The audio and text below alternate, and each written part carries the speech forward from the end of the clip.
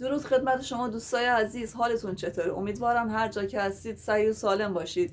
امروز میخوایم که کارمونو، کار کچه دوزی یا هنر نقاشی با پشم روی پارچه رو با معرفی ابزارش شروع کنیم. شما برای این کار نیاز به طرح دارید. طرحی که میتونید گوگل سرچ کنید و بعد برید پرینت رنگی بگیرید. اون طرح میتونه نقاشی باشه یا اینکه طرح واقعی از اون طرحی که شما میخواید، یعنی مثلا عکس واقعی از طرح باشه. مثلا شما سرچ میکنید گل آفتابگردون، یا عالم عکس از گل آفتابگردون میاد و نقاشی‌های گل آفتابگردون. هر کدومی که دوست داشتید میرید که پرینت رنگی یا حالا سیاه و سفید میگیرید و اون طرح رو به وسیله کاغذهای کربن در رنگ‌های متفاوت بستگی داره که پارچه‌تون چه رنگی باشه و شما می‌خواید که اون رنگو بندازید. مثلا شما با کربن مشکی نمیتونید روی پارچه مشکی طرح بندازید، باید حداقل سفید یا زرد باشه. پس بستگی به رنگ پارچه‌تون داره، رنگ کربنتون.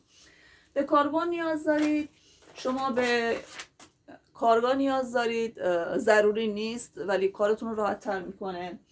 شما به سوزن ال نیاز دارید که مخصوص کار کچه است، به سوزنی که بالاش ال، پایینش هم یه حالت ناصافی داره که باعث میشه که پشم توی تار و پود پارچه گیر کنه. این برای تثبیت کردن طرح روی پارچه است.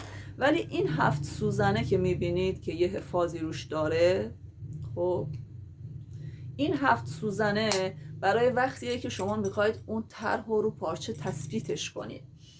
یه تیکه یونولیت لازم دارید که وقتی که رو پارچه ضربه میزنید این سوزنا در واقع توی این فرو میره، چون شما مثلا روی سطح سفت مثل میز نمیتونید روی پارچه ضربه بزنید، این سوزنا میشکنه. باید یه چیزی باشه که سوزن توش فرو بره.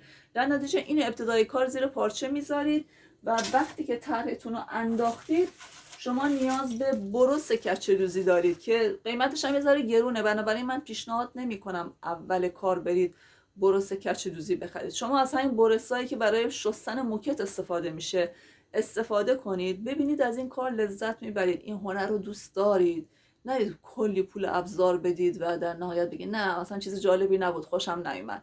با این بروس کار شما را میندازه. با این شروع کنید.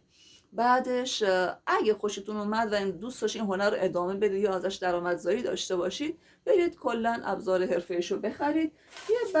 یه ورقم ضربه‌گیر حبابدار نیاز دارید که اینو دور این میپیچید. خب برای اینکه پرزای پشما توی این گیر نکنه اینو دورش میپیچیم، وگرنه چیز ضروری نیست. خب یونولیت هم که گفتم. و شما به پشمای رنگی نیاز دارید که پشم طبیعی باشه، پشم مصنوعی به درد این کار نمیخوره. این پشمای رنگی بستگی به طرحتون داره که مثلا چه رنگایی توش استفاده شده باشه. شما به پشم نیاز دارید که آنلاین همه جا پیدا میشه یا تو بازار شهرتون احتمالاً پیدا میشه. اینا چیزایی بود که شما برای شروع کار کچه دوزی بهش نیاز دارید.